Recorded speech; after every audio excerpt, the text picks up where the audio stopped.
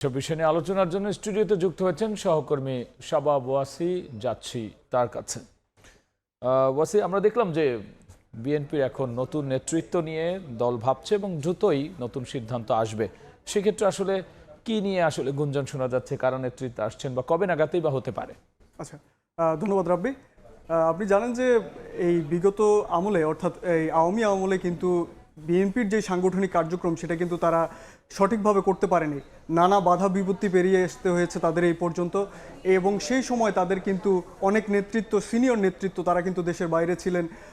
তো দেখা যায় যে তাদের যে সাংগঠনিক কার্যক্রম সেটা তারা করতে পারেনি, এবং তাদের যেই সাংগঠনিক নিয়ম আছে সেখানে কিন্তু 3 বছর অন্তর অন্তর কিন্তু একটি সভা করার কথা রয়েছে এবং কমিটি দেওয়ার কথা রয়েছে। কিন্তু আমরা যেমনটি দেখলাম, এক যুগ পেরিয়ে গেছে, অর্থাৎ 12 বছর পেরিয়ে গেছে, অর্থাৎ তারপরেও কিন্তু আগের কমিটি বহাল রয়েছে। তো এই নিয়ে কিন্তু নেতাকর্মীদের মাঝে একটি উদ্বেগ উৎকণ্ঠা রয়েছে যে কবে আসলে নতুন কমিটি আসছে। তো যেমনটি কিন্তু আমাদের বিএনপির সিনিয়র নেতৃত্ব আমাদের যেটি জানিয়েছেন যে খুব দ্রুতই কিন্তু এই সভা অনুষ্ঠিত হওয়ার কথা রয়েছে। ছাত্রদলেরটা ইতিমধ্যেই গুঞ্জন চলছে যে আগামী মাসের দিকে হতে পারে।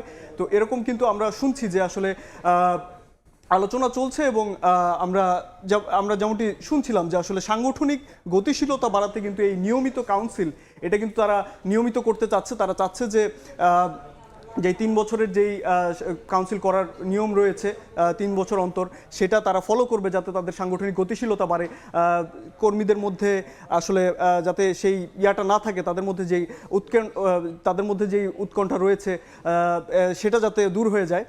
এছাড়াও কিন্তু তারা আমরা জানি যে যাচাই বাছাই চলছে, অর্থাৎ কারা নেতৃত্বে আসছেন এই ব্যাপারটি নিয়ে কিন্তু আলোচনা চলছে, এবং এর চূড়ান্ত কিন্তু সিদ্ধান্ত দিবে কিন্তু তারেক রহমান, অর্থাৎ বিএনপি চেয়ারম্যান, তিনি কিন্তু এটার চূড়ান্ত সিদ্ধান্ত দিবেন। নেতারা আলোচনা করছেন, যাচাই বাছাই করছেন। এবং আরেকটি গুরুত্বপূর্ণ বিষয় আমরা কিন্তু দেখেছি যে স্থানীয় পর্যায়ে কিংবা তৃণমূলে কিন্তু এই যে অঙ্গ সংগঠনগুলো তারা কিন্তু নানা রকম তাদের বিরুদ্ধে অনেক অপকর্মের কিংবা অনেক সংগঠন বিরোধী কর্মকাণ্ডের কিন্তু আমরা অভিযোগ পাই, এবং এইটা কিন্তু এবার সিনিয়র নেতৃত্ব বলছেন যে আমরা খুব ভালোভাবে যাচাই বাছাই করছি যাতে যাদেরকে আমরা এবার নেতৃত্বে আনবো তারা যাতে সংগঠনে ইতিবাচক কর্মকাণ্ড করে এই দলটাকে এগিয়ে নিয়ে যেতে পারে। সেক্ষেত্রে শাবাব, আমরা দেখতে পেলাম যে প্রধানমন্ত্রী তারেক রহমান কিন্তু আবার এই যে ফ্যামিলি কার্ড সহ খাল খনন কর্মসূচি উদ্বোধনে সফরে যাচ্ছেন। সেই বিষয়ে খবর কি আছে আপনার হাতে? জি রবি, খাল খনন কর্মসূচি এবং ফ্যামিলি কার্ড বিতরণ এটা কিন্তু বিএনপির নির্বাচনী ইস্তিহারের একটা অন্যতম প্রধান ছিল এবং বিষয় ছিল, এবং এই প্রধানমন্ত্রী তারেক রহমান তিনি কিন্তু নির্বাচিত হওয়ার পর থেকেই কিন্তু এই ইয়াটা দেখে নিচ্ছেন। সেক্ষেত্রে শাবাব, আমরা দেখলাম যে নির্দিষ্ট তো কর্মসূচি রয়েছেই, এর পাশাপাশি আর কি করবেন প্রধানমন্ত্রী? জি যেমনটি আমরা শুনছিলাম, আগামীকালকে চাঁদপুরে 2 দশক পরে প্রধানমন্ত্রী যাচ্ছেন এবং খাল খনন কর্মসূচি সেখানে উদ্বোধন করবেন। এর পাশাপাশি আগামীকালকে 21টি জেলায় একযোগে ফ্যামিলি কার্ড কর্মসূচি উদ্বোধন করবেন, এবং সেটি হবে ভার্চুয়ালি। 21টি জেলায় সেখান থেকে তিনি যুক্ত হবেন এবং ফ্যামিলি কার্ড কর্মসূচি তিনি কিন্তু উদ্বোধন করবেন সেখান থেকে।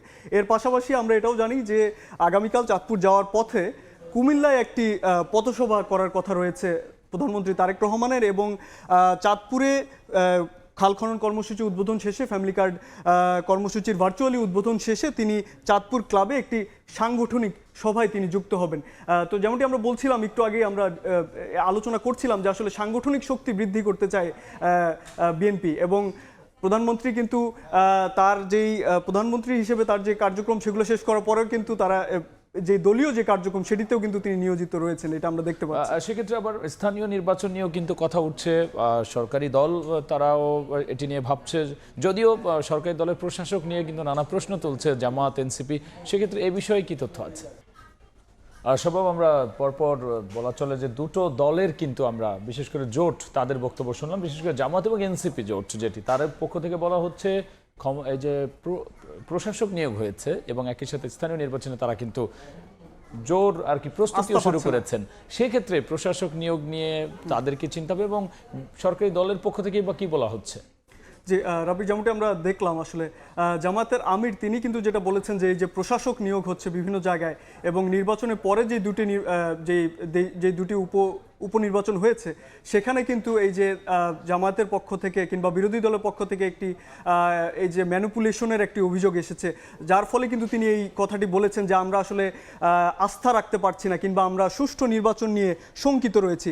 অন্যদিকে জাতীয় নাগরিক পার্টি তারা কিন্তু স্থানীয় সরকার নির্বাচন নিয়ে ব্যাপক প্রস্তুতি নিয়েছেন। তারা কিন্তু এই স্থানীয় পর্যায়ে যে প্রভাবশালীরা আছেন তাদেরকে তাদের দলে ফেরানোর চেষ্টা করছেন। আপনি হয়তো ইতিমধ্যেই জানবেন যে কিছুদিন আগেই ইসহাক সরকার বিএনপির ঢাকা 7 আসনের স্বতন্ত্র প্রার্থী, তিনি এনসিপিতে যোগ দিয়েছেন। চট্টগ্রামের সাবেক মেয়র মঞ্জুর আলম তিনি আসলে এনসিপিতে যোগ দেওয়ার গুঞ্জন চলছে। রুমিন ফারহানাকে নিয়ে আলোচনা চলছে।